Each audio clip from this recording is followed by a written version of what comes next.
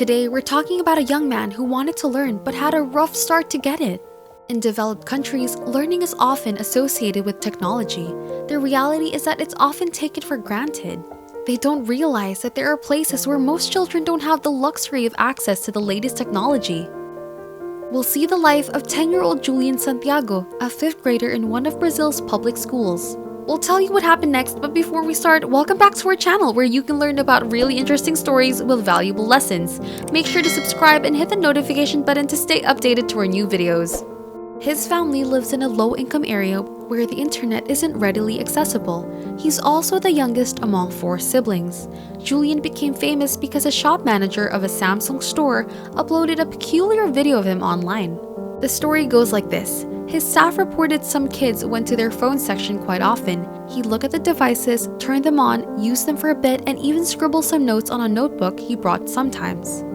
They were a little hesitant to let him roam freely in the store because they'd be the ones to pay if he decides to steal an expensive phone. After all, if you see a quick-moving kid who's wearing some old clothes and a beat-up backpack, you might think he'd be up to no good.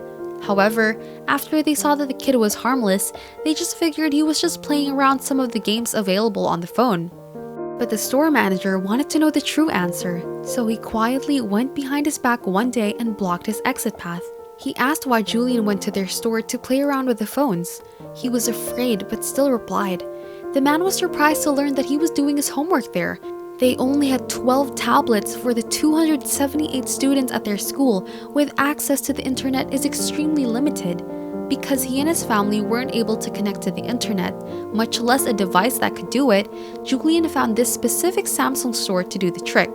He took advantage that the phones on display could be used with access to the internet. Because he later learned that he had to do a geography assignment that took 10 minutes, he allowed him to use a tablet which was much easier to use than a regular phone. It was at that moment that the store manager took a video of him while he did his homework.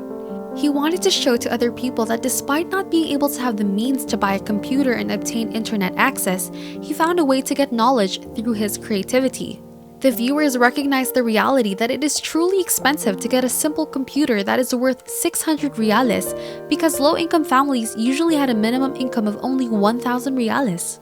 They felt sorry for the child yet inspired by his willingness to learn.